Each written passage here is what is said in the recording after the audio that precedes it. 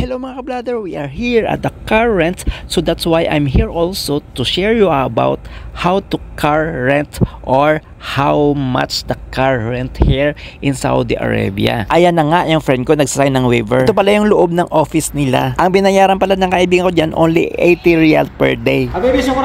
Yan ang kulay blue na sasakyan na pinili niya. So dito lang located dyan, malapit sa area ng amin accommodation. Sa 80 riyals per day, ito na pinakabababa na price. So saan pa kayo? Kaya ito na pinakamura.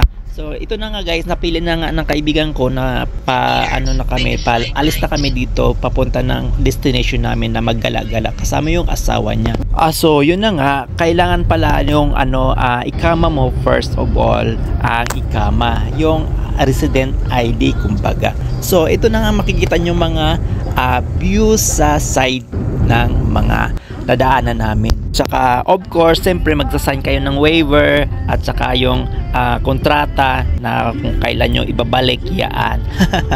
Yun na nga guys, kaya naka-free din ako sa paggala-gala dyan. Kaya yun, sulitin ko na lang yung araw. Actually guys, wala na talagang ibang pang mga requirements kasi yung ikama mo at saka yung pera mo, yun na yung pinaka-requirements mo.